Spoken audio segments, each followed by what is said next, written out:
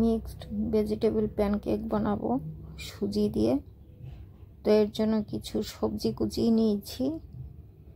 আমি সবজিগুলো কাটা দেখাইনি, ভিডিওটা লম্বা হয়ে যাবে বলে ডাইরেক্ট আমি রান্নাটাই দেখাচ্ছি। তো এখানে আমি সাদা তেল আর ঘি মিশিয়ে নিয়েছি। 1 চামচ সাদা তেল, 1/2 চামচ ঘি।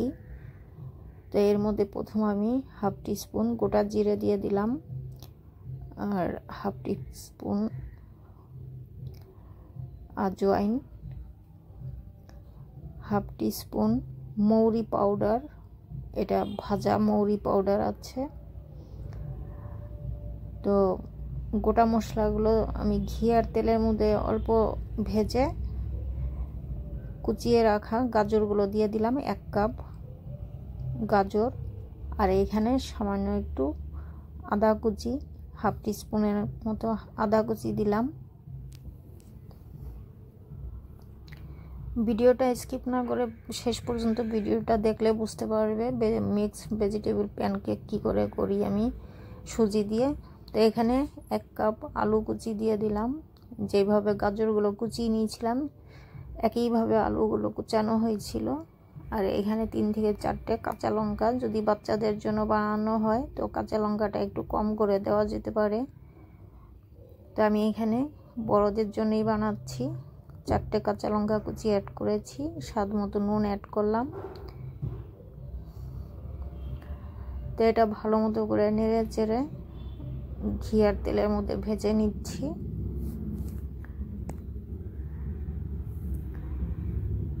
সামান্য একটু হলুদ দিলাম, এটা কালারের জন্য 1/2 টিস্পুন হলুদ ইউজ করলাম। হলুদটা প্রথম দেওয়ার দরকার ছিল, ভুলে গেছিলাম। তো যাই হোক, মাঝখানে আমি একটু জায়গা করে ওখানেই আমি তেলের মধ্যে হলুদটা দিয়ে নেড়ে চেড়ে দিলাম। এখন আর হলুদের গন্ধটা লাগবে না।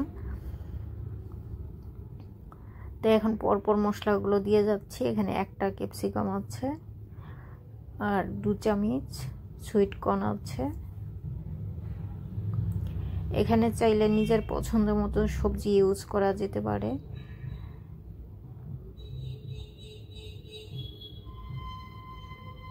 তো ভালো মতো করে আমি সবজিগুলো নেড়ে চেড়ে নিচ্ছি।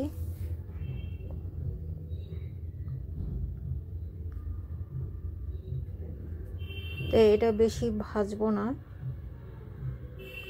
বাস একটু ভালো ফ্লেভারের জন্য আমি ঘি আর তেলের মধ্যে অল্প ভেজে নিচ্ছি। এটা কাঁচাও ইউজ করা যেতে পারে। তো এখন আমি পেঁয়াজগুলো অ্যাড করে দিলাম। তো এখানে 1টা পেঁয়াজ নিয়েছি, পেঁয়াজ দিয়ে দিলাম। পেঁয়াজ আমি প্রথম দেইনি।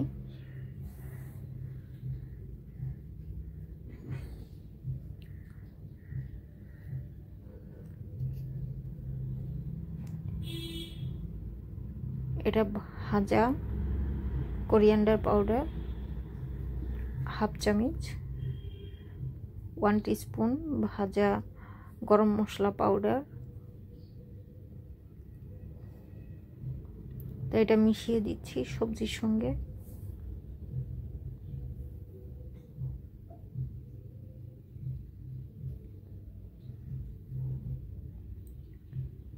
তো ভালো মতো করে মিশানো হয়ে গেছে। এখন ধনেপাতা কুচি দিয়ে দিচ্ছি।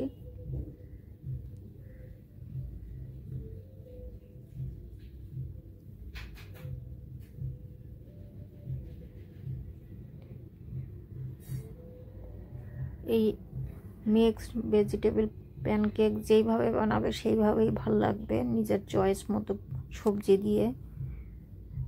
তো এখানে 2 চামচ চিনি অ্যাড করলাম আমি।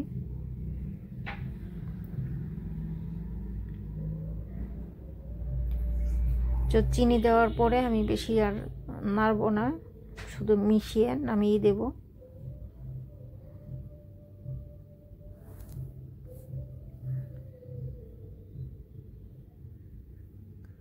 এই তো হয়ে গেল, প্যানকেকের সবজি রেডি।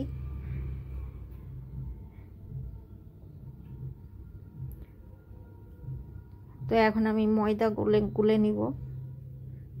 এটা ততক্ষণে সাইডে নামিয়ে রাখছি।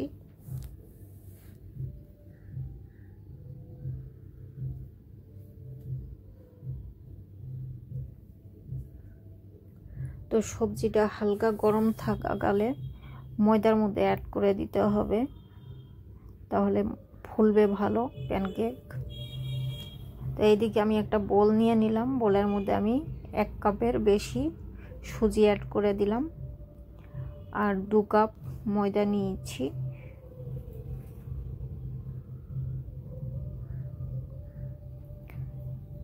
এই প্যানকেক শুধু সুজি দিয়েও বানানো যায়, তো আমি দুটো মিশিয়ে নিলাম।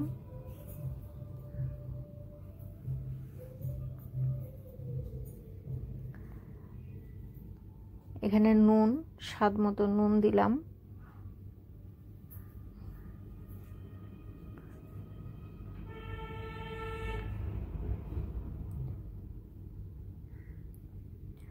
হাফ টিস্পুন বেকিং পাউডার,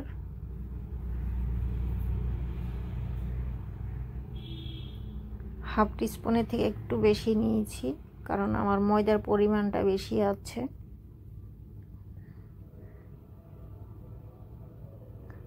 তো বেকিং পাউডার, নুন ভালো মতো করে মিশিয়ে দিলাম। এখন 1 চামচ চিনি দিব এতে।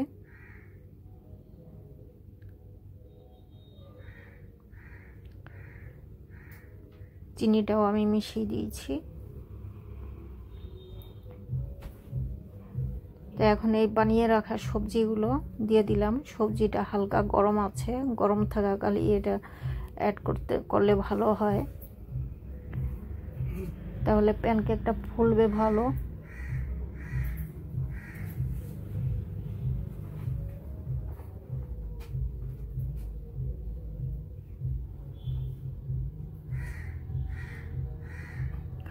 তো এখন জল অ্যাড করব। জল একবারে দেব না,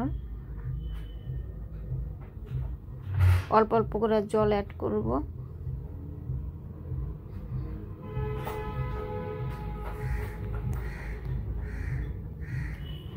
সবজি ময়দার মধ্যে অ্যাড করার আগে, জল দেওয়ার আগে সবজি দিয়ে একটু মিশিয়ে নিতে হবে, তো মিক্সচারটা ভালো হবে। তো আমি যেই জল নিয়েছি এখানে মানে একটা বোল নিয়েছি, 1 লিটারের একটা বোলের মধ্যে আমি হাফ লিটার জল নিয়েছি। হাফ লিটার জল পুরো লাগবে না, আমি 3 বারের জল নিচ্ছি। নিজের আন্দাজ মতো জল অ্যাড করতে হবে। তো এই তো মিক্সড করা হয়ে গেছে। হয়ে যাওয়ার পরে আমি আবার 1 চামচ ঘি অ্যাড করে দিলাম, দিয়ে মিশিয়ে দিচ্ছি। মিশিয়ে আমি এটা রাখবো কিছুক্ষণ, আধা ঘন্টার মতো আমি রেস্টে রাখবো। এটা ফুলবে ভালো। তো ঘিটা আমি মিশিয়ে দিলাম।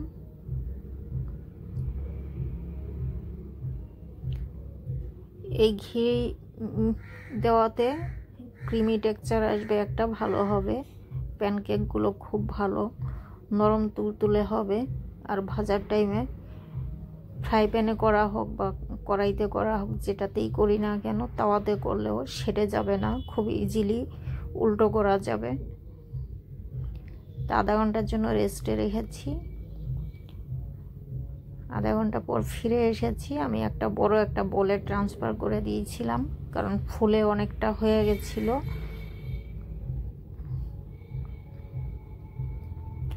একটু চামচ দিয়ে মিশিয়ে নিলাম। এখানে আমি একটা প্যান বসিয়ে দিয়েছি, প্যানটা গরম হয়ে গেছে। আর আমি একটা বাটিতে তেল নিয়ে নিয়েছি, 1 চামচ তেল অ্যাড করেছি এই প্যানে।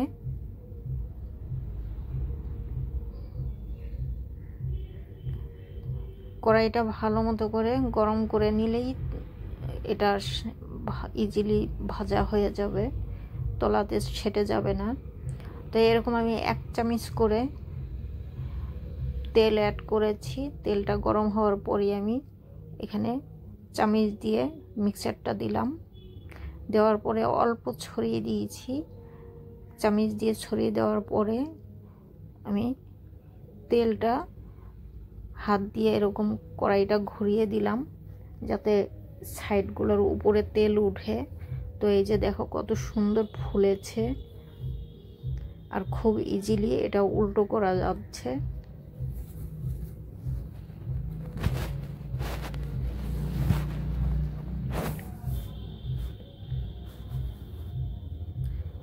তো এত ভালো উল্টো করা যাচ্ছে কারণ আমি কড়াইটা গরম করে নিয়েছিলাম, আর যখন মিক্সচারটা বানিয়েছিলাম তখন আমি ঘি অ্যাড করেছিলাম, যার জন্য এত ভালো হচ্ছে।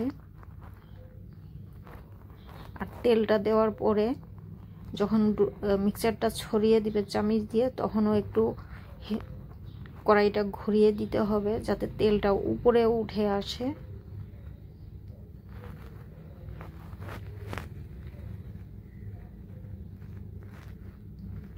তো এরকম আমি 1 চামচ করে তেল দিচ্ছি আর 1 চামচ করে এই মিক্সচার দিচ্ছি।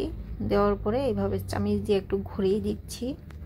আমার ফ্রাই প্যানের তলাটা যত বড় আছে ঠিক ততটা অবধি আমি রাখছি, ওই থেকে বেশি আর আমি বড় করছি না।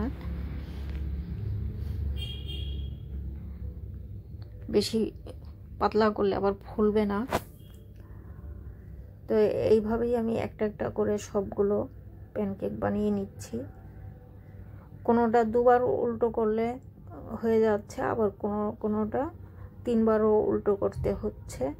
বারবার উল্টো করতে যাবে না, বারবার উল্টো করলে এটা শক্ত হবে, নরম যেরকম তুলতুলে নরম সেই ভাবটা পাবে না। চেষ্টা করবে 2বার উল্টো করার। তো এরকমই আমি 1 চামচ করে তেল দিচ্ছি। তেলটা গরম হয়ে যাওয়ার পরে আবার 1 চামচ করেই আমি মিক্সচারটা দিচ্ছি। তো এই চামচের পিছন পাটটা দিয়ে এইভাবে অল্প করে ঘুরিয়ে দিলেই এটা রাউন্ড শেপ এসে যায়।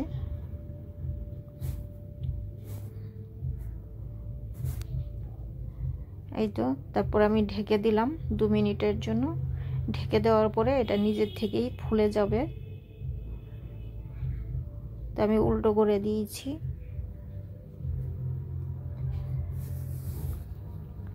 এই যে দেখতে কত সুন্দর হচ্ছে, কালারটাও খুব সুন্দর হয়েছে আর খেতেও খুব মজাদার একটা রেসিপি। এটা তোমরাও বাড়িতে ট্রাই করে ফেলতে পারো, তাড়াতাড়ি হয়ে যায়, বেশিক্ষণ লাগে না, শুধু একটু সবজি কুচাতেই একটু টাইম লাগে। তো আমার 2 কাপ ময়দায় 1 কাপ সুজিতে আমার 6টা প্যানকেক হয়েছে। একটু বড় সাইজ করেই বানিয়েছি আমি ভেতরটা একটু ছিঁড়ে দেখাচ্ছি। এই দেখো জালিদার হয়েছে কত ভালো, উপর থেকে ক্রাঞ্চি, ভেতরে একদমই তুলতুলে নরম, আর ভেতরে জালিদার ভাবও এসেছে একটা। খেতেও খুব স্বাদ হয়েছে। তো বাচ্চারাও এটা পছন্দ করে, আর এটা খেতে কিছু লাগে না, এমনিতেই খেয়ে নেওয়া যায় চায়ের সঙ্গে। চাইলে সস নিতে পারো, যে কোনো চাটনি দিয়ে খাওয়া যায় এটা। এই যে কি ভালো নরম হয়েছে।